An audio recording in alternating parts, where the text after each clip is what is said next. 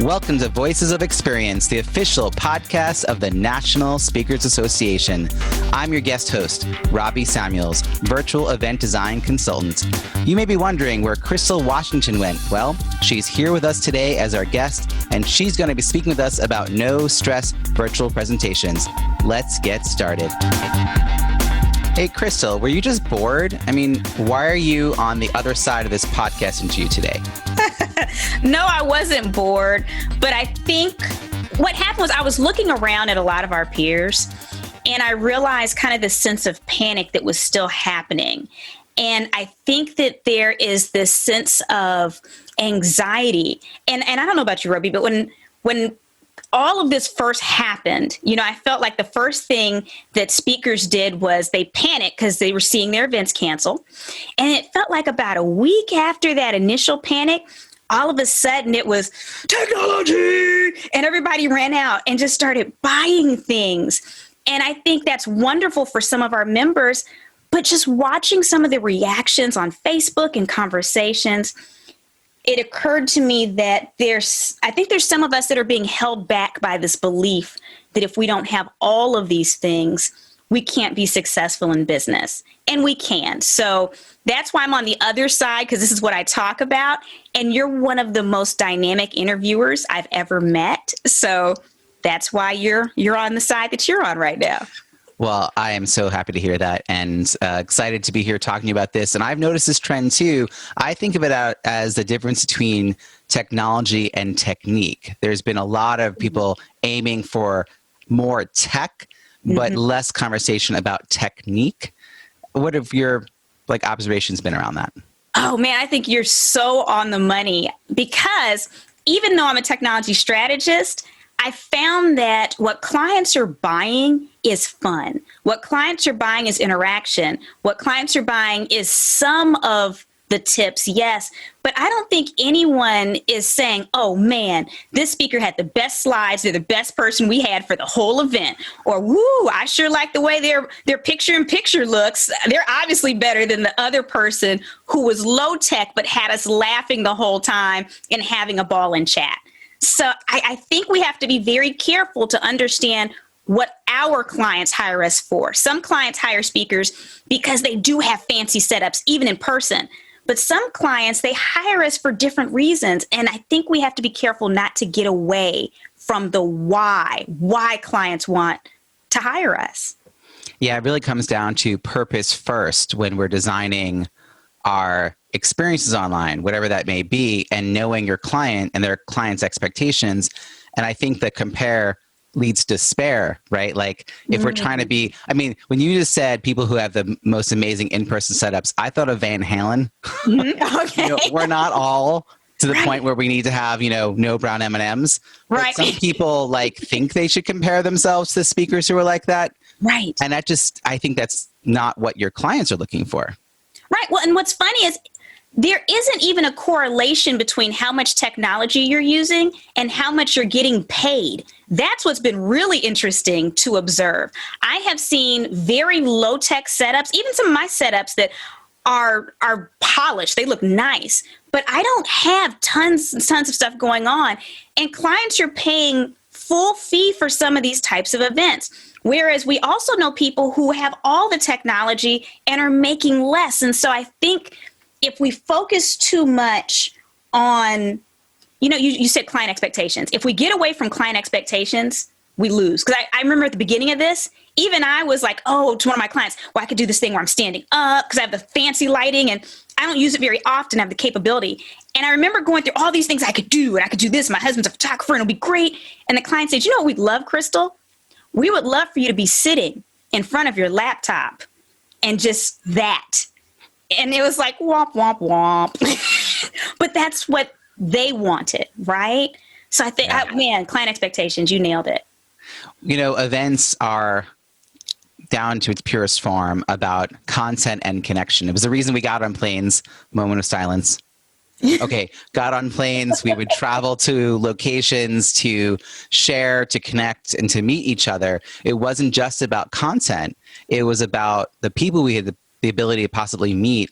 And virtual events really, prior to the pandemic, didn't have that expectation. And now they're meeting our needs, like our participants and our needs as speakers also, that we're here to provide content, but also form some sort of engaging connection. And I think what you're talking about rings true for me, that if you understand your audience, if you listen to your clients, you can meet them, and maybe it's not always about the big fancy technology. But I'm curious though, what do you think is, like, what's the minimum? I mean, I think you would agree, don't sit in front of an open window. But other than don't be backlit, what do you think people need in order to kind of be at a professional level for their clients? Well, I'll share that. And before I even get into that, I'll say kind of the things I don't use that might surprise people. As a technology person, I'm not using switchers. I'm not using a whole bunch of monitors. I'm not using tons of different things like that, for the exact same reasons I don't wear high heels on stage. I own many pairs of high heels, but I know that if my feet hurt, I'm not giving all of my attention to the audience. And so I'm great with technology. I can use any of these things. But if I'm focused on being the AV person, if you don't have someone dedicated to do that so that you're not focusing on it, then you're not giving all your attention to the audience, in my opinion. That's how I work. I'm not sharing there's no right or wrong way. So at a minimum, what I do think we need is a good audio. So you probably need to purchase an external microphone, a Blue Yeti, or what do you have, Robbie? What are you using? Mine's a little priced out. It's Heil PR40. It's the podcaster's mic, and it's a fancy setup. The mic alone is $329 or something on Amazon, plus everything else that comes with it. I mean, like you just said, Blue Yeti, it's like $130. Yeah. You can get an arm or not, but there's definitely some quality mics for under $150, even under $100. Yes. That gets you sounding better than, your Apple. Yeah. Well, you don't want your headset. Headphones. That's not okay. I'm going to say that. That's it. There's very few things I say, but that's not okay. There's even clippies that you can buy that are under $50 that'll still be better than having the headphones that are visible. So you need that. You need a good quality camera. You do need that. And so you can get HD cameras. Logitech has a lot of great ones. They're not expensive. Get a good quality camera. And then I think one of the last important things is good lighting. Most of the time, I'm facing a window where I get excellent lighting. But I have a backup light up set. But for this particular thing, just a ring light. I think ring lights tend to do the best, but they have the smaller ones that sit on your desk. You don't have to spend $100-something. And then the last thing, Robbie, can I step on some toes a little bit? I know it's your show now, so I have to ask permission. Yes, go for it. I do not believe that Zoom backgrounds are appropriate when you're a professional speaker doing a presentation. It's one thing when you're in side meetings or if you're attending, they can be fun and funny. But unless you have excellent lighting on a green screen, and so this isn't basic anymore, it's not going to look well. It's not going to look right. The lighting on you is going to look different than your background. Stay away from that. But you can always buy, they have these very simple kits. I'll have some information available for our members. Very simple kits that photographers use to hang backgrounds. Not very expensive. Get yourself a solid background. Get yourself one with even a picture on it. It's going to look great. It's going to look like you have one of those virtual backgrounds, except you're not going to have those fuzzy green things eating at you. So it's going to be jazzy without weird. Yeah, no, that's great. I've been thinking a lot about this because I'm always talking to speakers about this stuff.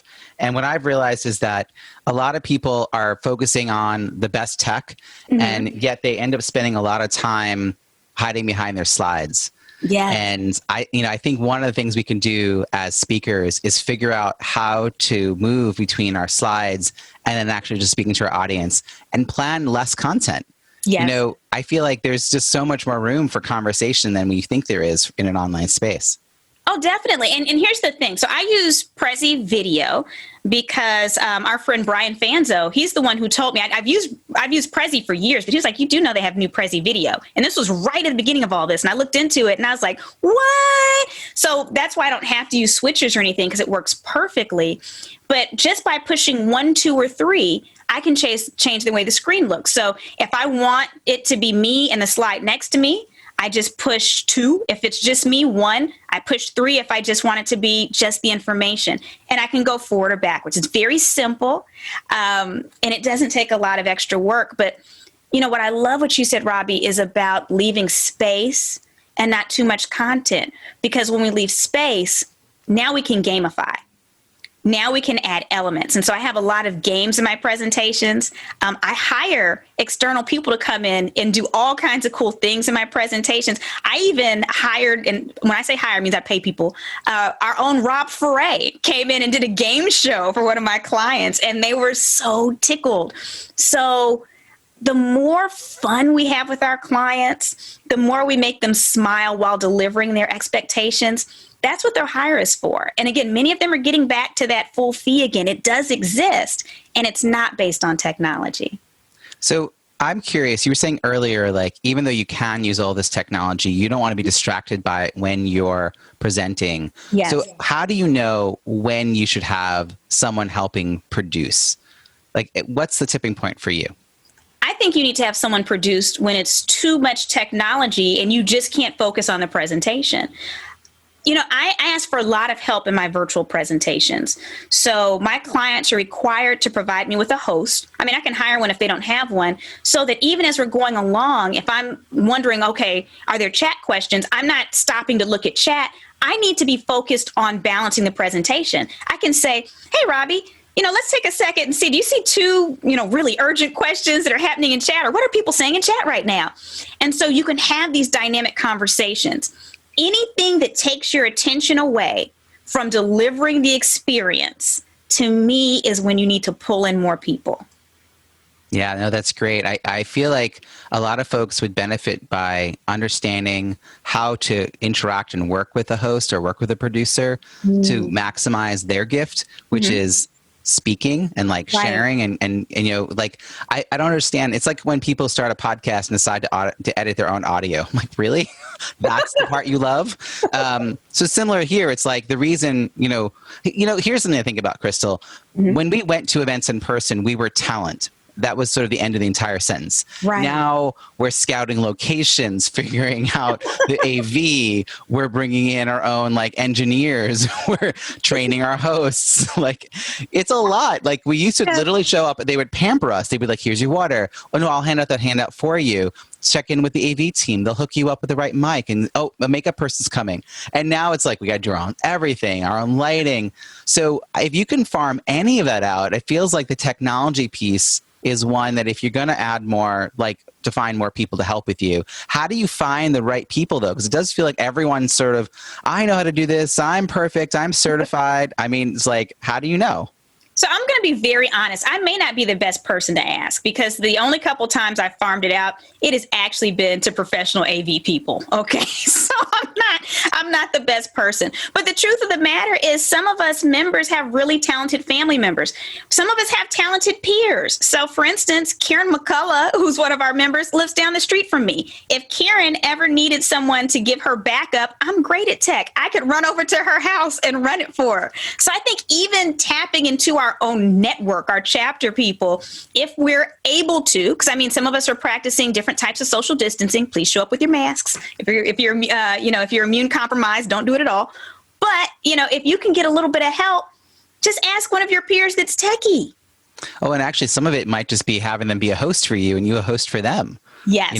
Like a lot of it just knowing what your needs even are, and then figuring out what those skills are. I was thinking a lot about how we have these members who are MCs back in the day and have those skills. Those skills are still really current. And a lot of what I end up doing is a mixture of producing and strategy and MCing, because there is never going to be white space. There's no empty air on my events. I've had people disappear, and I'm like, well, here's what I think they would have said, and just kept going. And yeah, huge laughter. So I love the idea of us tapping the networks, that we shouldn't be flying solo. This is a time for us to take stock of the relationships that we have and figure how we can give back and support. I love these examples you're sharing of people in NSA. When speaking of NSA, one of the things that I noticed when we went to Influence this year, because we're speakers, for the first 15 minutes of every presentation, the chat was all about, do you see how they did that? Do you see how they did that? What was this? What do you think they're working? And then there were some that it was just in people's houses. Right. And we were like, that was a powerful presentation in front of their like living room. Yes. Yeah. And I think that's the point. Like you can show up different ways. And again, it really depends on what your client expects from you. And then the other powerful thing, when you talked about tapping into your network, one thing I've really seen an increase of is members referring each other. I've referred speakers for a lot of virtual. I've been referred for some, really good paying gigs too. And I think what's happening is you said that now we're the tech people, now we're the makeup artists, now we're all these different things. Well, we're also consultants. And most of our clients have no idea what they're doing. There's only a very few that really have an idea what they're doing right now. And so this is the time for us to really take on that consultant role. And I've had clients where I've had testimonial letters come back. They were more thankful about me advising them on how to run their entire program than even just my session. Or if you know they need a speaker to fill a certain slot, saying, hey, I actually know a couple people that might be a good fit for this. You want me to send you 2 names over and some information? So this is an opportunity for us to lift each other up. Well, I really do think that this is a value add that speakers may not be fully understanding, which is that we already in the last 6 months have more experience doing virtual and remote like learning and events and online events than the clients that we work with, who this is their first time doing it. And so I'm always finding myself, well, in another event that I did, this is what we tried. Here's another thing we've tried. They're like, they don't even know what questions to ask. So as speakers, you're right. We now are coming with a level of knowledge that, maybe we didn't have March 13th, but now we do. And so we should lean into that and offer that. That's also sort of another differentiator that some people can maybe add to the why hire me. It's like I come with a whole list of people that I can lean on if you need me to, and I can introduce you to. That's being networked in this moment is definitely a plus. Oh, it's powerful. We come with a posse. Like all they have to do is bring in one of us. We can fill, you can too. We can fill in the host. We can fill in the other 3 speaker slots. We can consult on the technology that they need to use. It's powerful. That's so great. So any closing thoughts as we wrap up here? Yeah, I just want to encourage everybody, don't get caught up in what you do not have. Because what happens is we can use it as an excuse to not move forward. We always think we have to get that one more thing. You don't. You can be out there right now doing extremely well in your business, and you don't have to have all the bells and whistles. You don't have to knock down a wall in your house. You don't have to create a new studio. Now, if you choose to do those things, kudos to you. I'm impressed. I think it's wonderful. But if you don't have the time or finances to do it, you can still move forward, basically giving the magic that your clients expect. That's amazing. Well, I can't think of a better way to end this. Thank you so much for this conversation, Crystal. Thank you for having me as your guest. Guess what? Crystal created a members-only resource that consists of links to the exact items she suggested in today's episode. If you're a member of the National Speakers Association, log into your account and visit VOE in the on-demand area of your account. Thank you for listening to Voices of Experience, the official podcast of the National Speakers Association. If you found this helpful, share it. Tune in next week via your favorite podcast app, YouTube, or NSA's social media channels.